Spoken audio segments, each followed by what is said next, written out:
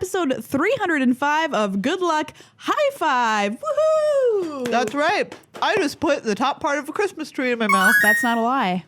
It's true, by which I mean a little Debbie snack cake. It's made out of chocolate, but it's still a Christmas tree.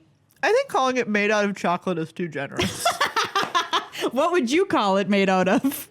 Some kind of Petroleum. sugar byproduct.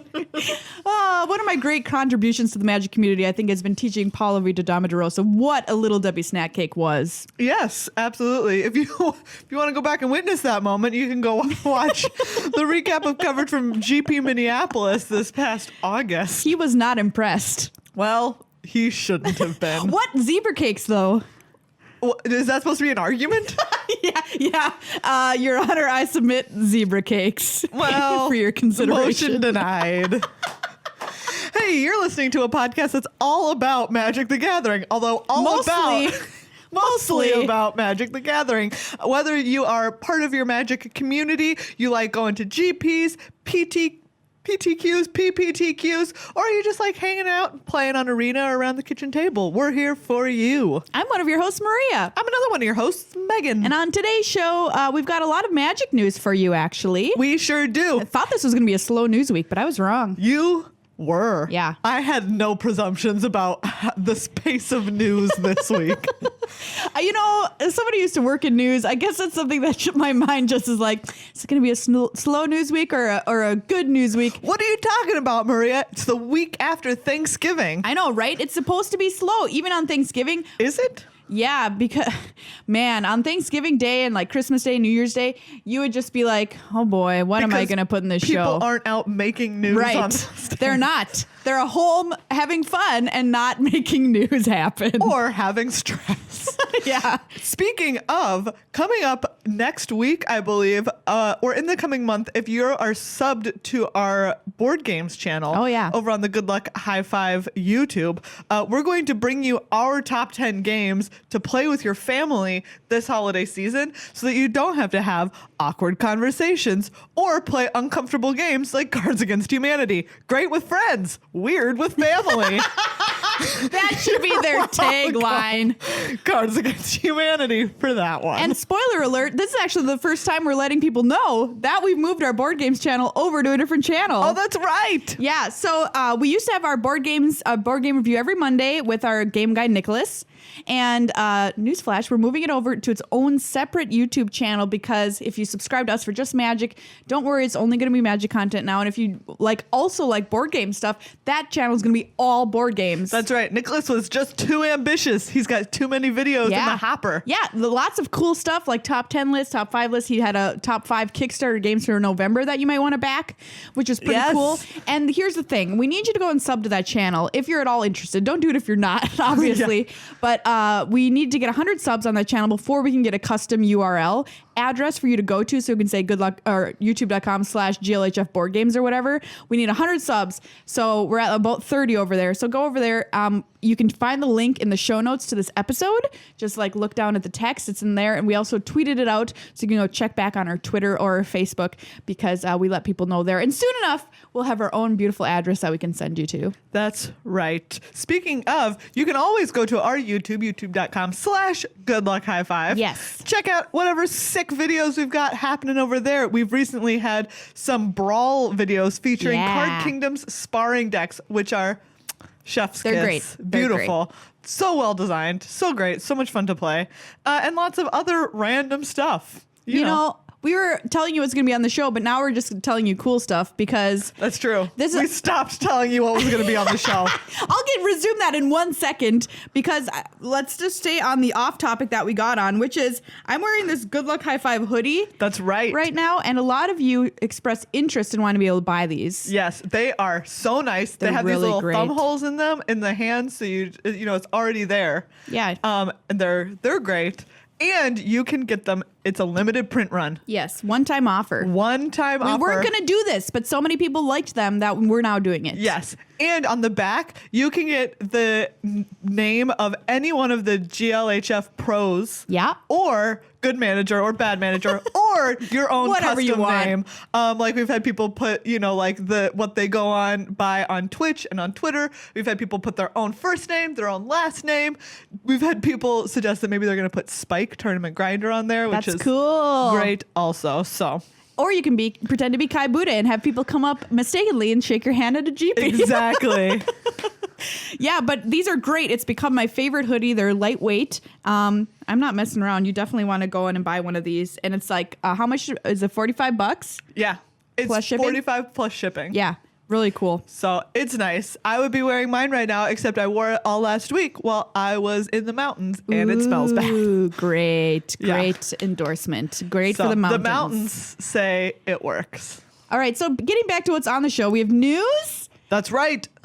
And we're going to tell you our top actionable tips for getting better at Magic. That's right. We have each Very brought specific. you 3 short bullet points about things that you can bring to the game right now with very little effort. It's like changing how you play to affect your win rate kind of thing. It's not like just overarching like, you should know the set, because we all know that is something that will make you better. So it's kind of smaller things that actually happen in our real lives that were like light bulb moments for us. Yes. We're also going to talk Ultimate Masters because the full preview is out. I'm so excited. We'll pick out some of our favorite cards from the past. Yes. And talk about some limited strategies. We'll also have, at the end of this, a soapbox moment. If you are somebody who loves our soapbox moments, which I know people are out there, because you're going to get an earful coming up at the end of this episode.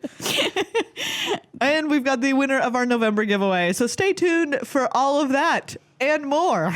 And more coming up in the show. Before we start, though. I was just going to say, because there's always more. Oh, yeah, that is true. There's always more. We're going to say thank you to Card Kingdom for being one of our awesome sponsors. And they've got a really cool new product that you can check out on their website, cardkingdom.com/GLHF.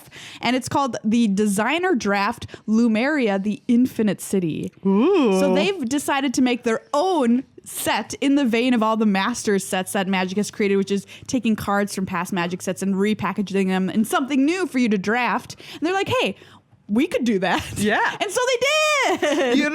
Props to Card Kingdom. They are out there doing like more creative work. Yeah, it's with awesome. all of the singles that they have than anyone else. I think that is so true. Hands down, like, I can't think of anyone else out there who's doing the same stuff that they are, because a lot of stores, they they buy bulk and then they're just like, okay, this way I have, some copies of this uncommon if people need it or whatever, or I have some copies of this common if people need it for their commander deck or, whatever stuff. But they're out there being like, what interesting stuff can we build for people? Exactly. We have our battle decks, which help people, play at the kitchen table and learn the game and battle nicely against one another. They have their sparring decks, which are such an easy way to get into Brawl. And now they have this.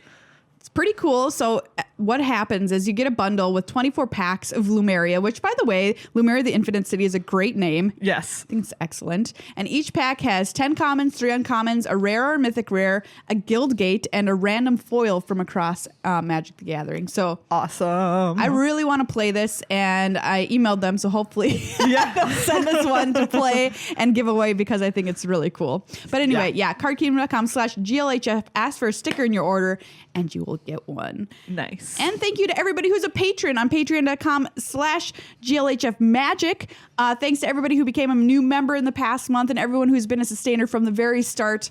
We can't thank you enough. That's right. And, you're awesome. We sent out a bunch of rewards this past week. Yes. So if you've been waiting on them, there's a good chance it's on its way to you at this very moment, if it's not already in your 2 hands. And you're staring at it. Or your 4 hands. Spooky. It may not be Halloween, but is it? I'm in the mood to talk about 4 hands because we just watched the new rover land on Mars. That's right. Live from NASA. The little beep boop. And it's going to meet some new alien friends. I'm so excited for it. And it'll have to sing happy birthday to itself. Which is something the other Mars rover does. So depressing. It really is. It really is. If ever you're like, I'm too happy right now. I need to sober think about this. I want you to close your eyes and picture a tiny little rover perched on the red, dusty surface of Mars with nothing living in sight, and just anywhere. Like playing to itself the little tune of Happy Birthday as like the wind whips across the vast Martian plains. This is the most depressing thing I have ever heard. And also, why would you program your robot to experience this amount of sadness? It's not experiencing sadness. You're anthropomorphizing the robot right now. Maybe it's sentient. Maybe it's gained sentience. You think so? No, but I dream about that happening every day. Yeah. I think about the right words to say to my Alexa to turn her human. It's not sad unless you make it sad. Remember that about robots. Everybody. It's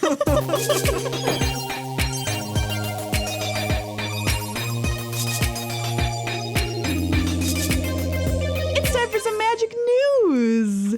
That's right. Maria, what's happening in the world of magic right now? Thing number one is Grand Prix Warsaw happened this past weekend. Yep, it was Guilds of Ravnica Limited. Exciting. Yes. And none other than coverage friend and all-around awesome Magic player Eduardo Sajkalik won the whole thing. That's right. We saw him just last weekend in Milwaukee where he was doing coverage. And you know what? This is something I want to say about Eduardo. He was in a great mood. He's like, I'm going to take a vacation. I'm going to Warsaw. I'm going to play in the GP. And then I'm going to go to Japan. I'm going to travel.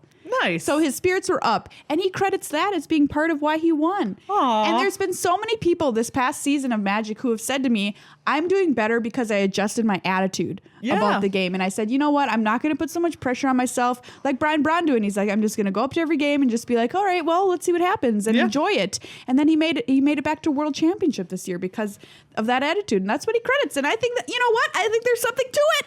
Yeah. I think there's something to it. Attitude, attitude makes a difference. Also, Eduardo said that he drafted green a lot this weekend because nobody wanted to touch it. Yeah. Because nobody thinks green is very good. And he just capitalized on it and took all of the cards because nobody wanted them because they were like forcing red and blue or blue and black. Yeah. In his GP winning draft deck that I'm looking at right now, the first two creatures are creatures that I would only play if I did not have any other cards. You're being too hard on the bats. Bartizan Bats, which is the 3/1 flyer for 3 and a black, and Child of Night, which are just like, those are just two cards. You're right. Bats is like slightly better, but like I don't think I've played a Child of Night in this format yet because it feels so bad. No. But this black-green deck got him there. 2 copies of Spinal Centipede. Wow. When's the last time you played that card? I played from time to time. Every once in a while. It does have a copy of Affectionate Indrik, which is one of my favorite cards. Is that the best card in this deck? I think so. I think it is. Yeah. The only other remarkable thing about it is, it has Assassin's Trophy and 2 Deadly Visits. That's true. 2 Dead Weights and a Necrotic Wound. That's how he won. Yeah. I mean, this is some very good. Because the creatures are nothing to write home about. Yeah.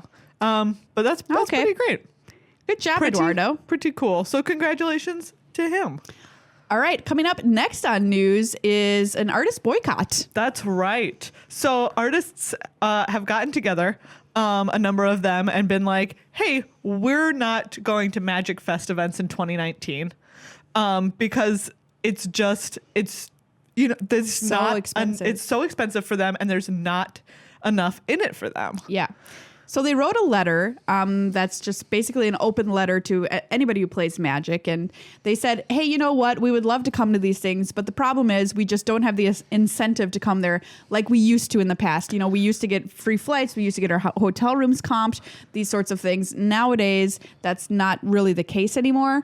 And they feel that they're kind of being a little bit misused because they're promoted as part of the event. Like, come to this event. You'll get to meet these such and such artists, have their sign their stuff, whatever. Yeah. But they're not being compensated as being like a guest that is featured as being part of the Grand Prix. Yeah. So a lot of what they've said is that they're treated now more like vendors. Yes. Which is where like they're expected to bring a lot of product and like have a bunch of stuff to sell. And a lot of artists are like, hey, that's not what I'm in it for. Like, that's not the role of artist. right? If you're a magic artist, you shouldn't necessarily be expected to, if you're going to come to events, so that people can meet you, right? Sell. Exactly. Like they want to come so that they can meet people that are part of the community, so that they can like, this is an opportunity for people to get their cards signed if they really love those cards and they love that art and they want to have those cards signed by an artist. That's really their only opportunity. Yeah. And it's like, yeah, of course, artists want to be around for that. Like they want to support that aspect of loving the game, which is awesome. But it's not reasonable to say, hey, you also have to sell stuff in order to make this at all financially feasible for you. Right. And to anybody who doesn't think this is a big financial burden for an artist, let us reassure you that it definitely is. Yeah. The time and the money that has to go into flying somewhere, getting a hotel, investing your time in this event when you are not creating work. Like these are work hours that you're sacrificing and all that kind of thing. Not to mention like the cost of like the upfront cost of making playmats. If they're like, hey, you want to bring prints to sell, you want to bring playmats to sell, and it's like, okay, you have to get all of those printed, which is not cheap. Oh yeah. And you have to ship them there, right? Like you're transporting all of this stuff. It's a huge financial burden for them. And I do think that it is wrong to promote artists if you're not paying them to be there. I think that's a little... Because you think about all of the posts that like Channel Fireball makes, it's like, hey, come to this event. Like, here's an artist that's going to be there. Here's one of their pieces of artwork. And to think that like they're not paying that person for their time to come when they're like promoting it as a reason to come to the event. Yeah. I think that's weird. So anyway, their letter ends with, we hope our voices of concern will spark changes that make these events more fun, engaging, and rewarding for everyone involved. And then it's signed by a number of magic artists. Titus Lunter is a name that jumps out to me here. Winona Nelson is an artist you're probably familiar with. Randy Vargas is a huge magic artist, among a number of other names on this list too. Yeah. So anyway, we hope that they can come to a better deal with Channel Fireball to be able to come to these Magic Fest events, because it would just be not a Magic Fest without the artists. Yeah, absolutely. I know that, like, I love going to a GP and like walking by the artist booths and seeing like lines, right? Like at GP Vegas every year, there's huge lines to get stuff signed. And it's really cool. And some people really love it and value it. Yeah. So when I got my little hyenas umbra signed by Howard Lyon, it was just like an awesome experience. Yeah. I loved it. So yeah, hopefully some changes there coming in the future. That's right. Next up, today was a day for a banned and restricted announcement. All right, what got banned? What's going down in KCI? There are no changes. Oh, all right. Maria, there's not even been a modern tournament yet that could like make that... what are you doing? This is all I'm saying is next year there's a lot of modern events. That's true. At the start of the year. And I think that KCI is going to, here's my hot take, in the top 8 of every single one of them. Wow, and that's a very hot take. At least 2. I disagree. Mark it down. Put it in your diary that I said this 2018, Maria Bartholdi, whatever date it is. There will be, okay, here's Maria's prediction. There will November be a KCI 26th. in every single modern top 8. Yes. And it will win at least 2 modern events. Yes. In all of 2019. All of 2019? Absolutely. Wow. That's I was really only thinking about the first part. Wait, so you mean the first half? Okay. Yeah. Wow. Okay. There you go. Wow. Okay, don't let me forget this. Here's my bet. That won't happen. Great. This is our bet. Don't let us forget this bet, everybody. Because after the first tournament, I could lose. And I want to know if I lost. All right. You know, maybe I could see 2019 being the year that Ancient Stirrings gets banned. That's what I'm thinking. At the same time, I think that there have been a lot of creature decks that are still up there and are still on the rise. And, you know, no one complains about those, even though creatures are dumb. So stay tuned for that being on a shirt, by the way. That's right. Big number 4 is December 3rd through 7th. There are some events on Arena. There is Singleton events happening. Singleton Constructed, which is one of my favorites. I still have my Singleton Is It deck that Melissa DeTora came up with sitting in my account ready to go. I've been waiting for the Singleton event to come back. Yeah, it's like Brawl without the general. So that's right. I love it too. Love it. I love that Is It deck. It's a great deck. In fact, this week, I wonder, you know what? If you're like wondering, what is this deck? Maybe coming this week, I could give you a little walkthrough of it. Okay. You could see what's what in it. What's what in the Is It deck? That's right. You know and what? even though there's not a singleton constructed event running right now, maybe Maria and I can hop on with some opposing singleton decks to get you ready for next week and challenge each other. So check our YouTube this Wednesday for those hot vids. That'll be sweet. And also on the 4th, December 4th, tune in to twitch.tv/GLHF Magic because we are the, what's the word? Kind of like promoted streamer. Featured streamer for the week, for that day. So check us out. We're going to be streaming on the 4th as we do on Tuesdays. But yeah, that's a special, super special Tuesday. So tune in then. I've been making a lot of really weird standard decks. That's right. And it'll be during the singleton events. So I will definitely force some singleton in there. Okay, thing number 5. This is not a piece of news, but when I opened this doc today with our show notes in it, I only had one thing written and it was Pop Tart question. So I feel like we need to honor what I wrote in here. Yes. And you can all play along at home. This was based off of a tweet that BDM had a little bit earlier this month. And it was, if someone asked you to bring them a Pop Tart, what do you bring them? If I'm like, Megan, will you please bring me a Pop Tart? What exactly do you bring me? I go to the store and I purchase you like a box of Pop Tarts. And what do you bring me? I bring you like the box of Pop Tarts. You just give me the whole box. Yeah. Maybe, like if you were like, okay, wait. Now that I'm making you feel like, think about it. I'm thinking about it specifically. Okay. If you're like, say you're here at the office and you text me. And I'm like, bring me a Pop Tart. And I'm like, okay. So I go like to the grocery store and I pull off, look, I'm telling you, like cherry frosted, okay? Those are the ones that we're getting. I will probably give you like one sleeve and then we'll leave the box here because I'll also eat some of them. Yeah. But I consider like my duty fulfilled after giving you one sleeve with 2 Pop Tarts in it. Perfect answer. Okay. The real debate was, so you've entered not a monster category, was, are you a monster? If your answer is, I'd give you the single Pop Tart. Yes, like I open the sleeve and you're like, here's your stinking single naked Pop Tart out of the sleeve. There you go. Oh, man. Does that make you a monster? In my opinion, yes. Okay, wait. There's an exception to that. Unless you have them already in your house. Which is why I was saying, like, again, considering a scenario in which you and I are here in the office and there's like a box of Pop Tarts and you're like, hey, can you bring me a Pop Tart? I'm like, okay, I'll go heat one up and bring you one heated Pop Tart. That is the only time I accept that. Also, Pop Tarts are trash unless you toast them. Oh, absolutely. They're so bad. Ugh. And you know what? I didn't always think that. I used to love Pop Tarts and I would eat them raw. Really? Now I think about it and Raw. like, quote unquote raw. That's disgusting. It's awful. Also, once I made homemade Pop Tarts. Oh my gosh. And it was freaking amazing. Did you bring any today? No, because it was a long time ago. Oh. But I'll make some soon. Yes. Blueberry. Ooh, you want blueberry? Or raspberry. Okay. Maybe we can raspberry. make some of both. Okay, great. Or we can make blueberry raspberry. Whoa, both 2 in 1. Yeah. Oh, sick. Yeah, so I agree. Correct answer. Anyway, what do you think about this whole Pop Tart debate? You can tweet at us with the hashtag Pop Tart. What? Pop quiz. There we go. There it is. Wow. Sometimes you just need a little time to find the perfect hashtag. Pop quiz. What would you bring me when I ask you to bring me a Pop Tart? Yes.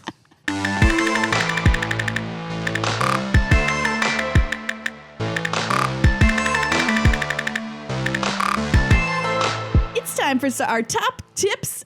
What did I write here? Top easy action tips for improvement, which is a weird way to say an infomercial. Yes. What I mean is these are very specific tips that you can implement today to improve your Magic play. That's right. Maria, why don't you kick it off with your top easy action tip for improvement? You don't need any WD-40 for these tips. They are easy action. All right, this is the one that sparked the idea for the segment in my head, which was, I remember back when we were playing the Community Cup, and we were at WotC headquarters, and we had Yoel Larson as our teammate, who was kind of our pro on the community team. And I was sitting there looking at Magic Online, contemplating my attacks, and I'm like, maybe I'll attack with this creature and this creature. And Yoel walks over to me, and he looks at me, and he's like, why are you just attacking with those two? And I said, well, the other blocks are profitable for my opponent. So why would I just send my creatures in to die? And he goes, well, there's no chance your opponent blocks those creatures. They're going to let those ones through because they have better blocks here and here. or if they do block those tinier creatures, well, great. Now you've gotten in 8 damage that you wouldn't have otherwise.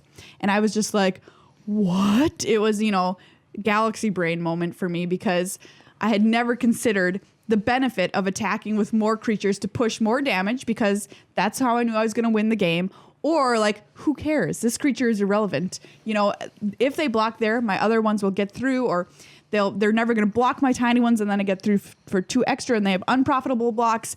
And that's just something I want you to think about the next time that you're attacking.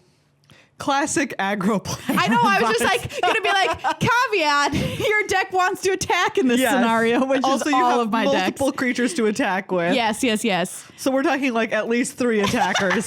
Yeah, for sure. Which, gosh. Yeah. That's the world This you're is living Megan's in. nightmare. Okay. But it's kind of counterintuitive when you're a newer player. You're like, I don't want my little 1/2 to die in this combat. Well, chances are it won't even die because your opponent doesn't care. Or your opponent will be taking way more damage than they would have taken otherwise. And either way, that is good for you.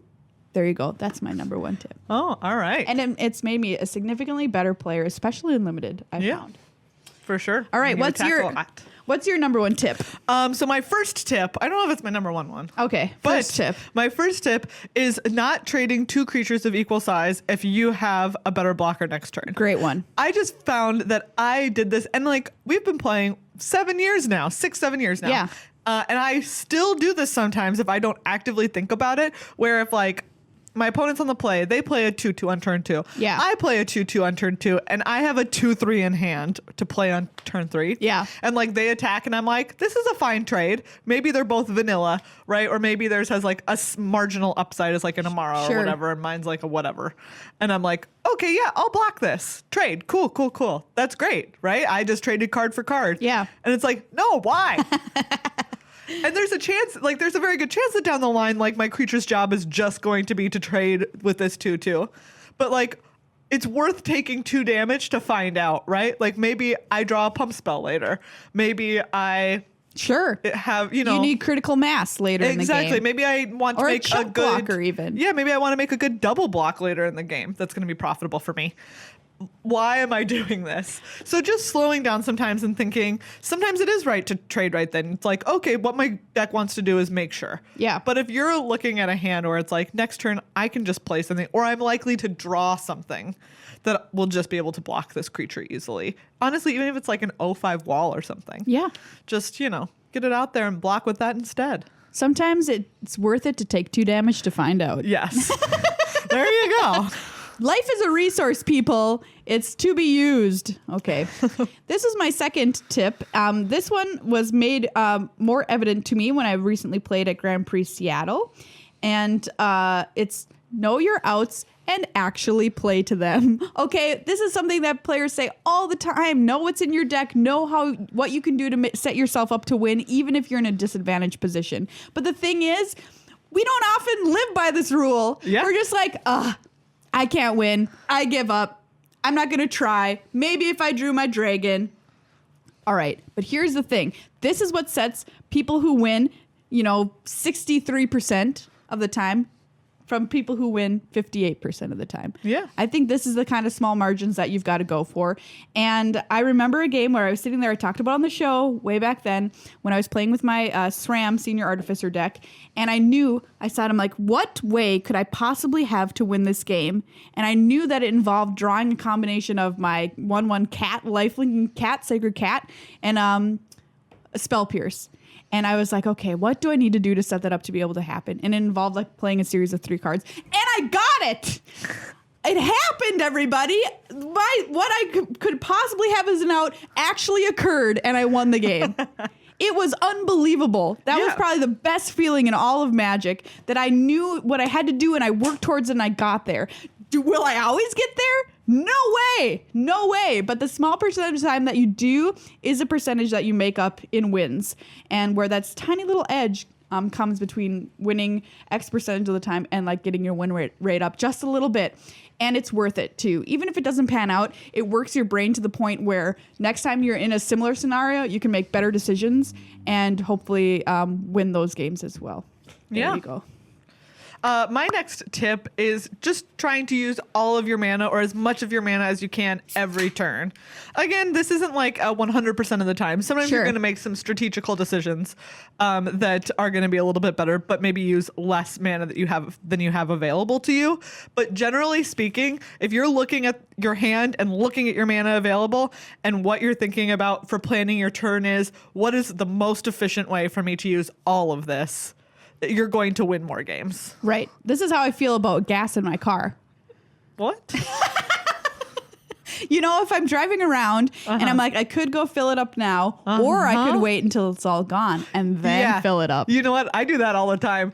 Oh, the closest I ever got was I have a 15-gallon tank. Yeah. And when I filled it up, I got 14.995 gallons of gas. You really did it. 14.995 gallons of gas. I'm ashamed to admit I don't know how big my tank is. Very good about that. That is excellent.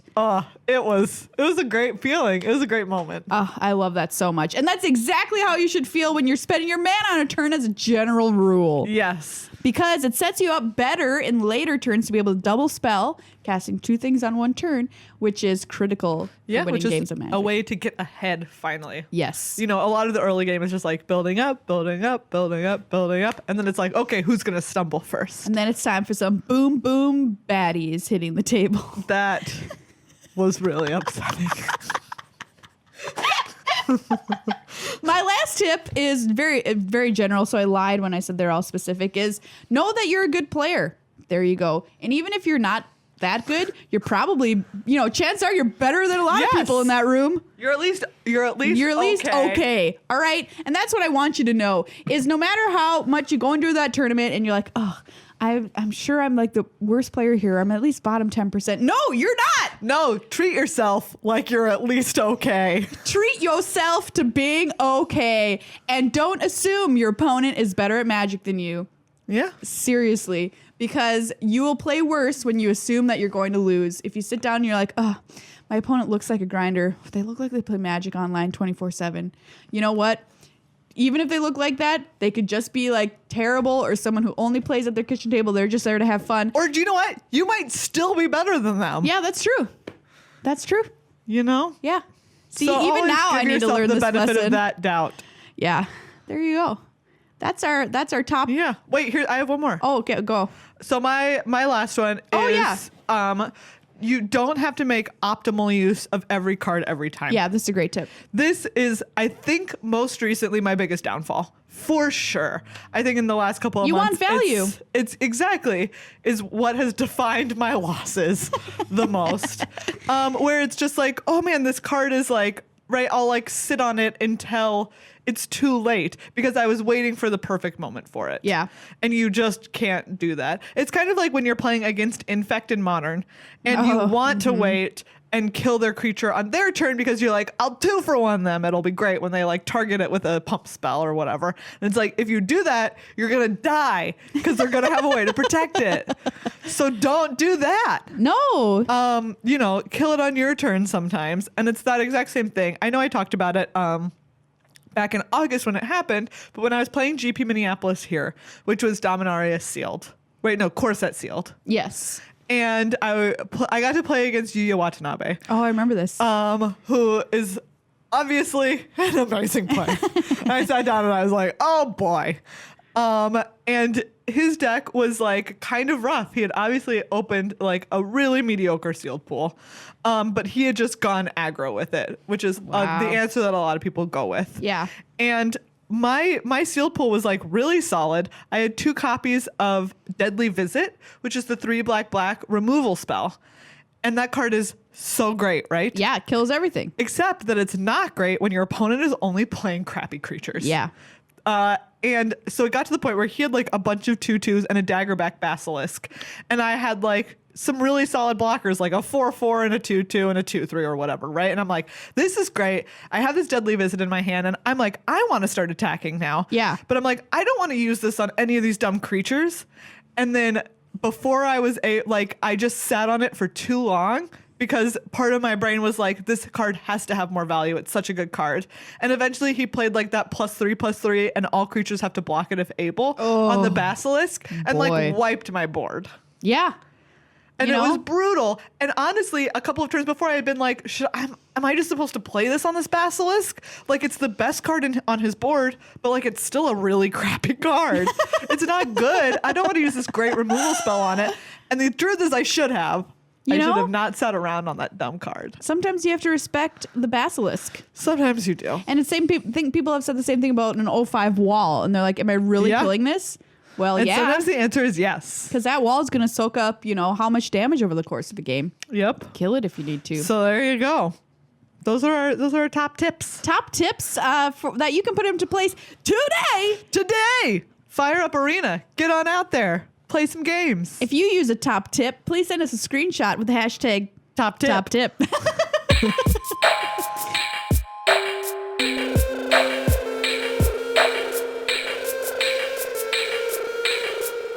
Maria. Yes, Megan? Could there be nicer gifts for the gamer in your life than some sweet Ultra Pro swag this holiday season? You know what, Megan? There could not. And I'm opening one right now as if you would under your tree or however you give presents away. And I'm just so happy that I got this sweet deck box. Yes, exactly. This is the M2 deck box that you're looking at right now, which is lovely. It has a little slide out dice tray. It has a slide out box for your deck, which is a huge thing. I love this. Right? It's so nice. I love that you can like slide the little tray out. You know which way your cards are facing. So if you're in a tournament setting, you're not worried about like showing them accidentally what deck you're playing. Yeah.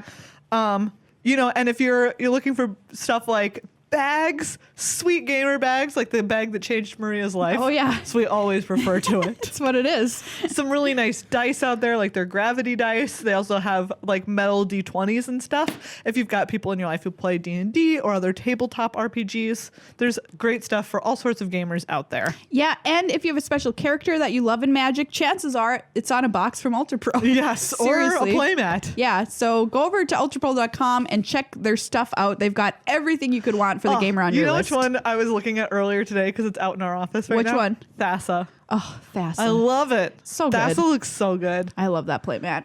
I remember that being one of the first playmats that I looked at, and I was like, wow. Great playmats. Amazing. You can also buy their stuff over at cardkingdom.com/GLHF. So tons of places to get your cool Ultra Pro swag on. And lots of really great gifts. Their stocking stuffers like the relic tokens are perfect for that. Yep. And they're a really cool company. So check them out. Head on over there. Peace.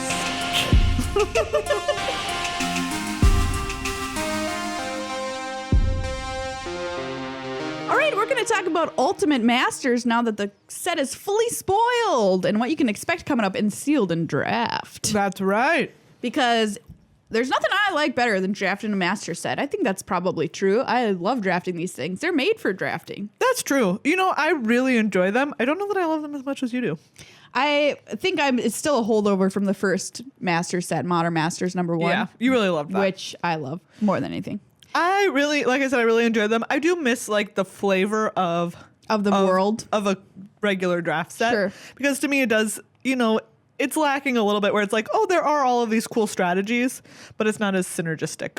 Well, let's take a look at what the synergies are going to potentially be in Ultimate Masters. And we're going to start things off Werbergarder with White. Werbergarder with White.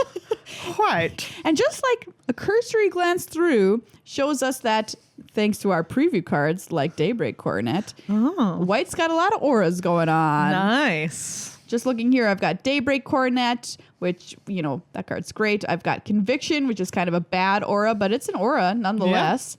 Yeah. And lots of just kind of really solid cards. Fiend Hunter here in white. Yeah. Nice. Faith's Fetters, great. Great aura. God's Willing, great for protection for creatures that you've put a lot of things on. Hyena Umbra, of course. We knew that one was in here. We've got heroic creatures like Hero of Erois, 1 and a white for a 2/2. Aura spells you cast cost 1 less to cast.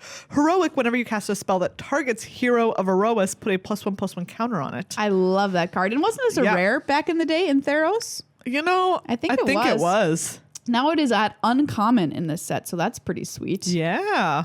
Wow. Phalanx Leader from Theros is back again with Heroic when you also put a +1/+1 counter on it anytime that you target it. You with put a +1/+1 counter on each creature you that's control. the each creature one. That's right. Cool. Yeah. So that's pretty cool. So Heroic. Very much up your alley. Auras.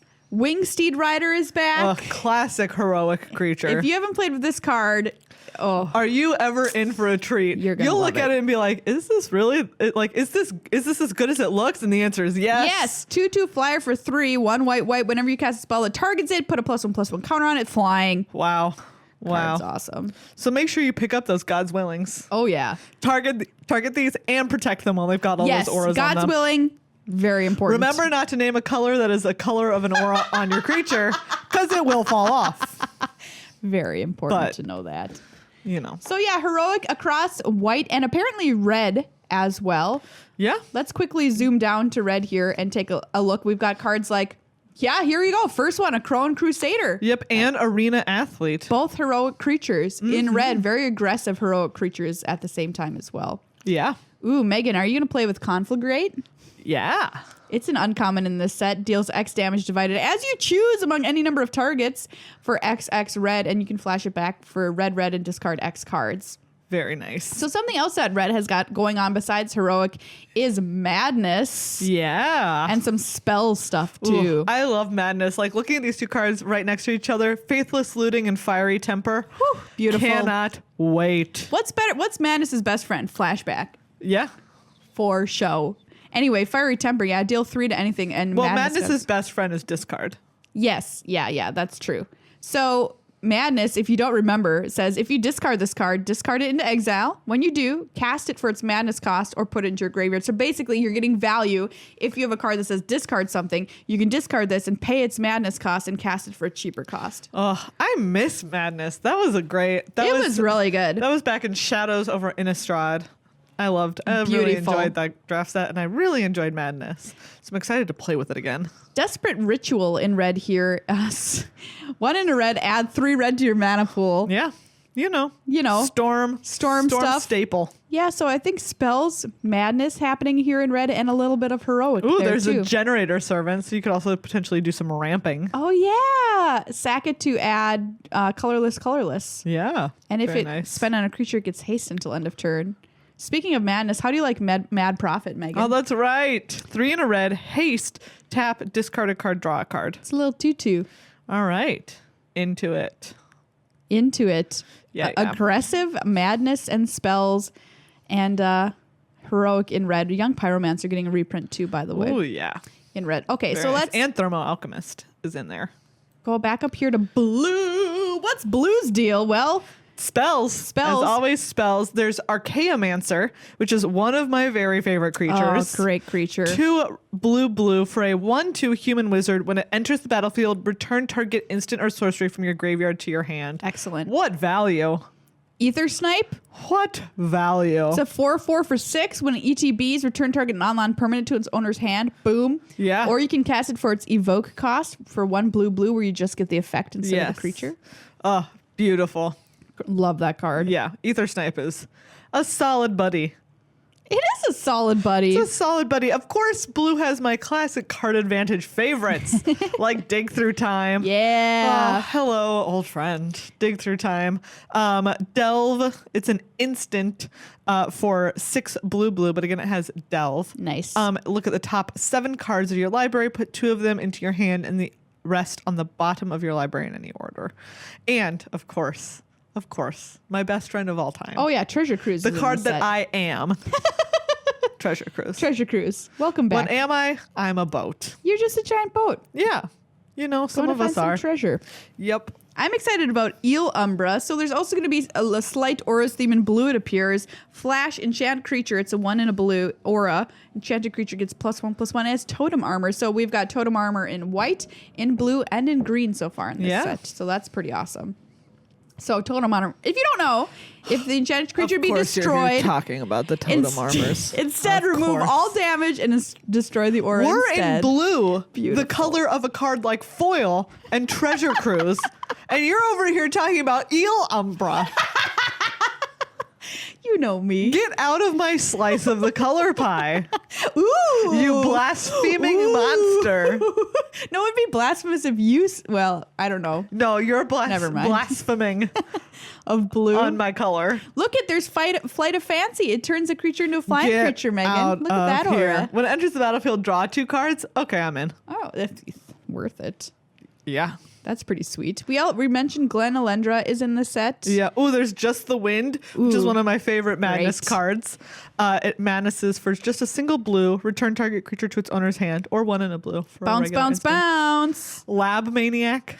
Oh boy, is that a real thing? If you would draw a card while your library has no cards in it, you win the game instead. I mean, probably not, but you never know. All right, we're gonna keep looking. Keep that in your head. Oh yes. Keep that in your head. Mahumadi Jin is back in the set. Oh yeah, 5/6 flying for 6. Classic old creature. That's one of the best from the back in times. from the back in times. See what other clues we can find here in blue. Snapcaster Mage reprint, which is pretty sweet. Yeah. Yeah. Talrand Sky Summoner, which makes drakes when you cast instants and sorceries. Sick. So it's really into that instants and sorceries situation. Ways to draw cards, that we mentioned that already. Yeah. And if you want to put auras on something, you can always choose Whirlwind Adept. Support 2 hexproof with prowess. You can't drown out. You can't drown out the auras. They're in this set. Wow, this is getting impressive. No. Oh. Unstable mutation also in blue. No. Aura, I'll let you know, gets +3/+3 at the beginning of upkeep. You put a -1/-1 counter on it. Single blue mana. It's kind of worth it.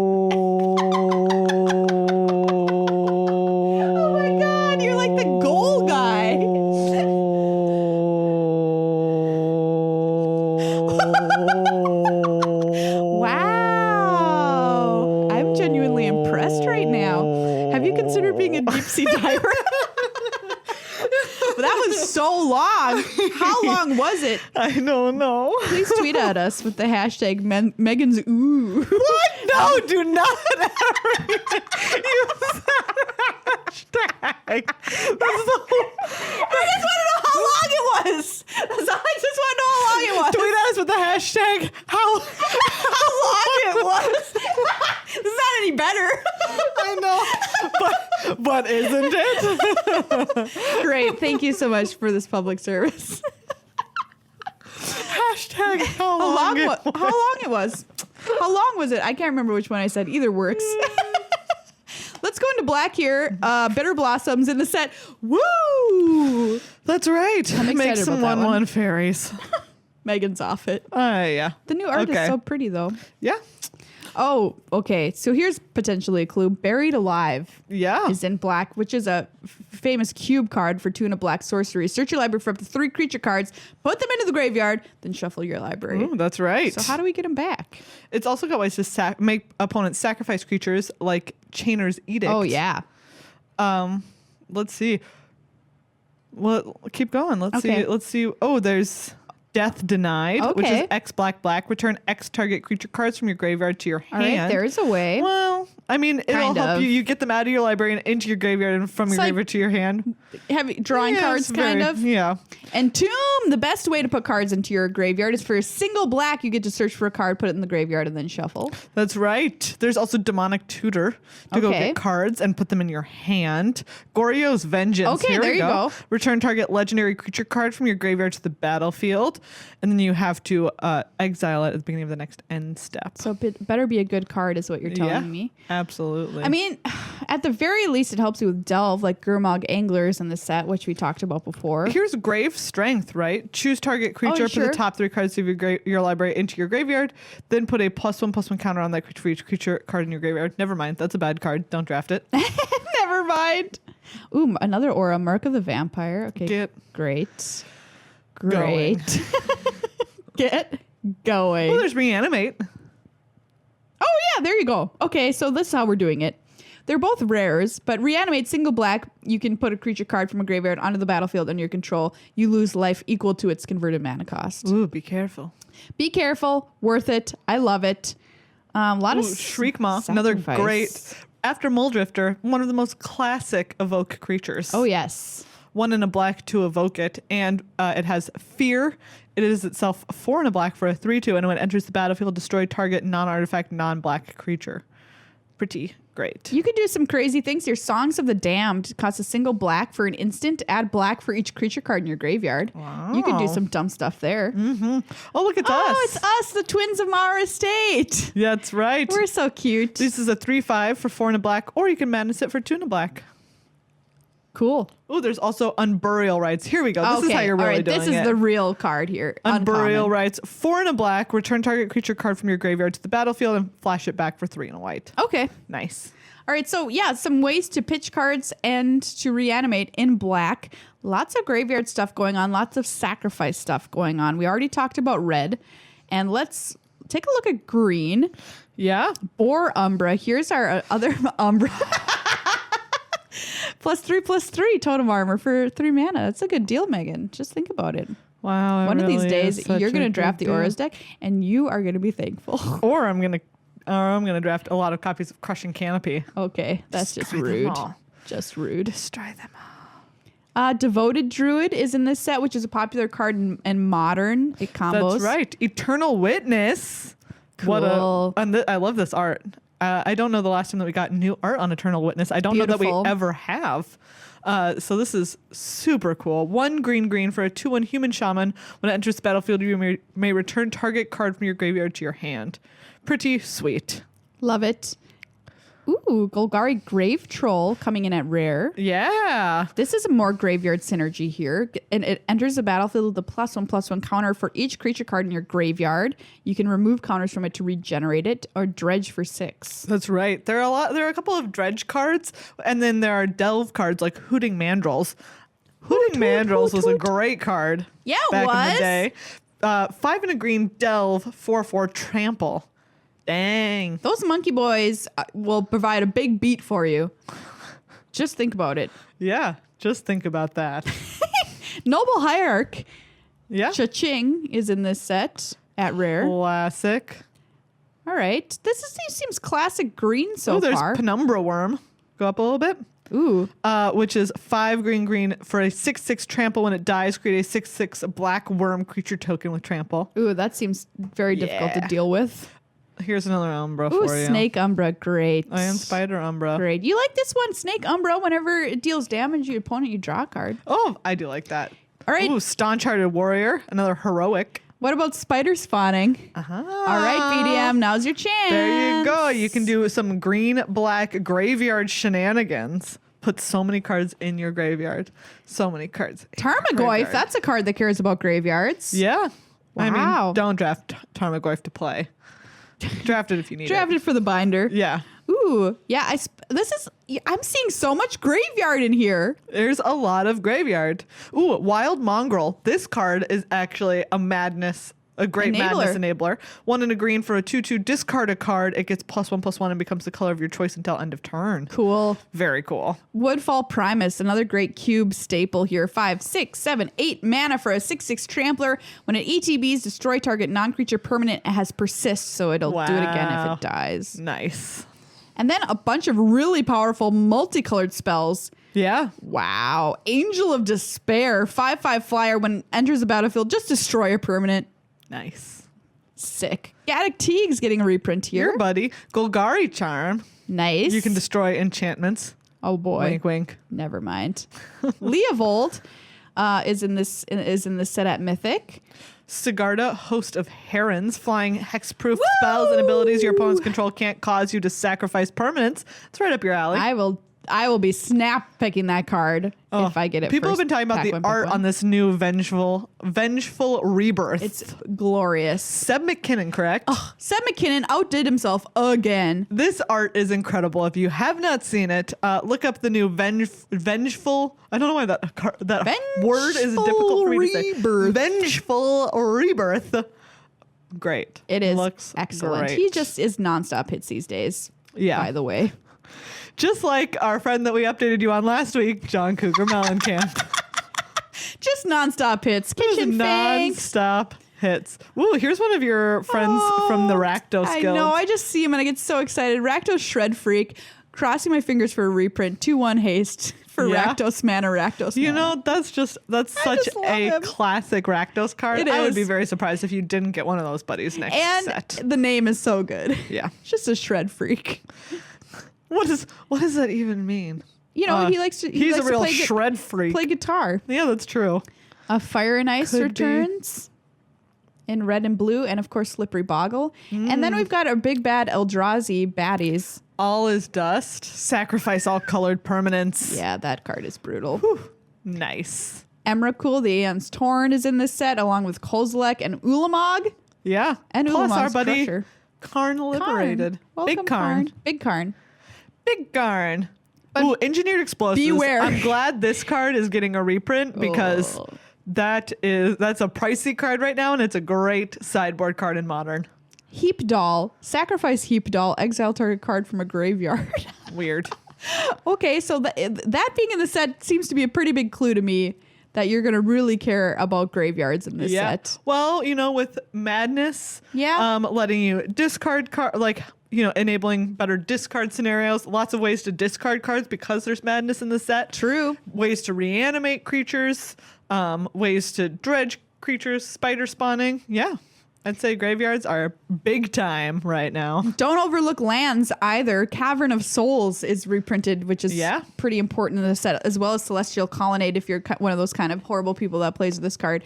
That's in this set. Wow. And Dark Depths, too, for you Legacy players out there. Nice. Pretty cool stuff. This set looks, like we said, a lot of graveyard. Really cool mechanics returning, too. Yes, and packed with value. Yay! Packed with it. I love being excited as to what I'm going to open in a pack, and nothing more exciting than sets like this. So yeah, I'm looking forward to playing with it. Coming up pretty soon here, and yeah, I'm pumped. And by the way, stay tuned for a spicy chip video featuring Ultimate Masters. Oh wow! Where Megan and I are forced to eat very spicy chips as we crack these packs.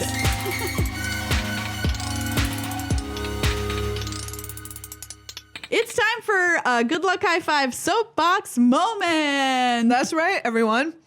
The moment you've been waiting for. I want to make is it doesn't cost you anything to be kind. Wow. Because not even $1? No, you don't get charged $1. Holy cow. When you are kind and inclusive to someone. That is amazing. What a deal. Because we've seen recently kind of a resurgence of streamers online using he to refer to unknown opponents. Yeah, and this is not surprising as we're getting new streamers coming into Magic, playing Arena for the first time, who are not used to our community or the progress that we've made collectively as a community over the past few years. Yes. And so the biggest things I want to say are, one, if you are yourself a streamer, or even when you're talking about the game and unknown opponents, use the word they. Or use opponent, as some people are saying, or use enemy or villain or anything fun like that if you want to. I've heard Marshall use Oppo on stream, which I think is pretty cool. Yeah. Some people say OP. Exactly. Something that is inclusive that says we know that it's not just people who use the pronoun he who are playing this game. Yeah.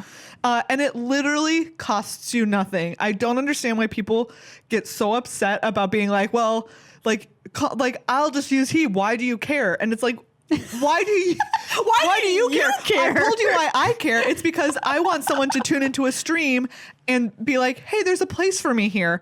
If the streamer that you're watching is a guy and they're only using male pronouns, it's like nails on a chalkboard. Exactly. And imagine if there's anyone whether it's someone who's non-binary, whether it's like a woman tuning in and being like, oh my goodness, there's not a place for me here. This person is obviously indicating with their language that this is not a community for me. Yeah. That is why I care. It costs you nothing to be inclusive. So why would you oppose that? Why would you oppose being inclusive with your language? I tweeted something about this past weekend because I was just, I framed it positively, like thanking people for not doing it, because a lot of people are so excellent and they don't do this in the community. It means a lot to me. But I got a lot of replies that were like, why does this, matter? And we've said why it matters, but they just can't understand that such a little change is something they should bother themselves. So it could really make a difference. And that's because they don't see the privilege that they have in being in a community that always represents them and always refers to everybody as he. And so it doesn't affect them in their daily lives. Yeah. But the truth of the matter is, it is very impactful to people who that is not true. Yeah. So every time somebody says he playing against an opponent, and I'm sitting there and I literally saw somebody do it when their opponent's name was Sarah. Yeah. And this is just like me, like wanting to just scream from the inside, you know, like seeing this over and over and over again, and hearing it is like just 1,000 pricks with a needle, right? That eventually adds up. And you know what? Also, I want to say is that, like, if you're watching streamers, I just want to tell you, like, you deserve better. Like, you deserve streamers who are being inclusive. Absolutely. If you, like, I hope that you're not tuning into people because you're like, these are the only people that I have to watch. There are streamers out there who are being inclusive, and like, you have the right to try and talk to these people. And sometimes they've just never thought about it. Yeah. And like, great, you're bringing it to their attention. And if they push back, then you know, stop watching that person. Don't waste your time with them. Exactly. You deserve someone who will create an inclusive community, even if you are already included, even if you already feel like this world is for me, but you care enough about the people around you who want to play. Absolutely. And just little things. Little things matter like this. And they're just very, like, what's the word? Minuscule changes that you can make that can make a world of difference to somebody else. Yeah. And why wouldn't you do that? Exactly. Why wouldn't you? You know, and you don't have to be perfect. You can mess up sometimes. You can stumble. It's totally fine. As long as you're making the effort, it gets easier and easier every time you do it. And to be honest with you, it's not that freaking hard to start with. Exactly. It's not that hard. We'll give you some time to pick it up. Yeah. But like, you know, get on board this train. It's going into the future. Do you want us to go on the Trains only go one direction. Woo! So it is not going backwards. You cannot take this train into the past. Wow, this became a really good metaphor. Our train thing that we set up years ago was always leading to this moment of trains only go forward into the future. That is incredible. Yeah. Yeah. You know, that's why we said it all those years ago. Yeah. But yeah, like, you're worth it. Our community's worth it. Yes, it really is. Yeah. Do you know what? I had a funny thought. Like you said, you framed it very positively when you tweeted about it. And you do that, like, you're very good about that. Like, you're very good at being like positive and cheerful. And as I was reading it, I was like, and I don't have that gift. I don't. Well, I had to consciously think about it because, you know, I started from a place of being upset and negative, and I'm like, you know what? I can just flip this and it'll be the same impact. I don't have that filter on. Like, I can't. That's fine. I don't put in that effort. But anyways, as I was reading it, I was thinking that, and I was like, you're like the wonderful, like, Disney Pixar version of, like, promoting inclusivity, and I'm like the Coen Brothers movie version of it. Meghan will drink your milkshake unless you are inclusive. Yes, exactly. It takes all kinds. You know, our world needs everything. I'm out here in No Country for Old Men territory. Oh my gosh, great. Now all we need is the Coen brothers to direct a Disney Pixar movie, and then we'll really be in it. It'll be like the Do you know what? perfect... I would watch the heck out So of would that I. film. That sounds great, It's a actually. great crossover. What would happen? Wow, call us, Coen brothers. I know you listen. Just for sure. I think one of your names is Ethan. I don't know about the other one. Yeah, well, it's definitely Ethan, and what's the other one? Wow. I can't believe that we know one of them. I know. We both but we know don't about know the Ethan. other. Sorry, other Coen brother. Wow. If you're one of the Coen brothers and you listen to this, please tweet at us. If you're the other Coen brother, you don't have to. The other Coen brother. I want to know who it is. Oh, you're Googling it. Yeah. Okay, thank goodness, because we can't live in the suspense of not knowing. I'm going to guess Mark. Joel. Joel, that's it. Yeah, we knew that. Sorry, Joel. Somewhere in our head. I did know it all. Oh, also, I've heard that The Ballad of Buster Scruggs is very good. Is it out? Which is their new Netflix original? Original, yeah. Cool. Anyways. That's what's going on with the Coen brothers. Add them to the list of celebrity updates. Yep. This has been a Good Luck High Five Soapbox moment.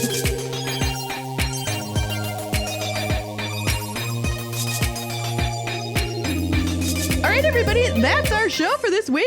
That's right. You know, Party on, party peoples. Hey, guess who's going to be partying on, Megan? Who? It's going to be Doug Hagerman of Cedar Falls, Iowa. That's right. Congratulations to Doug, the winner of this month's Gleam giveaway. He's going to get a sick box of Ultra Pro and Card Kingdom and Good Luck High Five swag. If you want to be the next Doug Hagerman, all you have to do is click on the next Doug. Click on the Gleam link in the show notes and enter. There's a couple of ways to enter. One is being a YouTube sub and one is being a subscriber on our Twitch channel. And yeah, you get entered to win all this sweet stuff. Very cool. It's pretty cool stuff. And yeah, lots of exciting Magic stuff coming up. Remember to follow us on twitch.tv/GLHF Magic to check out our super cool featured stream and also other streams and also our YouTube videos on Wednesday. Yeah. YouTube.com/goodluckhighfive. And like we said at the top, go into the show notes and subscribe to our board games channel because we're going to start building that up over there, and we're not going to cross the streams as it were with our content. And that way you can also check up on those games that whether you're interested in backing new stuff on Kickstarter as it's coming out and you want to know what's good to back on Kickstarter, be on top of all those new games, and stuff to play with your family around the holidays where your family, they don't need to be all big gamers. Hardcore gamers, Exactly. It's just stuff that you can bring to your family, to any group gathering table and have a really good time playing. I'm excited for that video. I really am. Yeah, so that's on our sister channel, which will eventually be GLHF Board Games. But only after we have 100 subs. Only after you smash that sub button. So go forth and find it. Also, if you want one of these special hoodies, this is your literal only opportunity. It's only going to be up for maybe 2 weeks. Yeah. We'll let people get in on this, and that link will also be in the show notes. Yep. Because it's just a little Google form, so we know what you want in the back and all of your sizing and that sort of stuff. Printed locally here in Minneapolis, Minnesota. Great local company. So, no reason not to unless you don't want one. In which case, what great logic! You cannot argue with that. No reason not to unless you don't want one. Anyway, deeply true for hanging out, and please consider becoming a patron of our show over on patreon.com/GLHF Magic. Consider it a holiday present to Megan and myself becoming a patron at the end of the month. We would love to see you here before the year ends. It's almost December. That's right. Weird. And with that, we say to you, weird.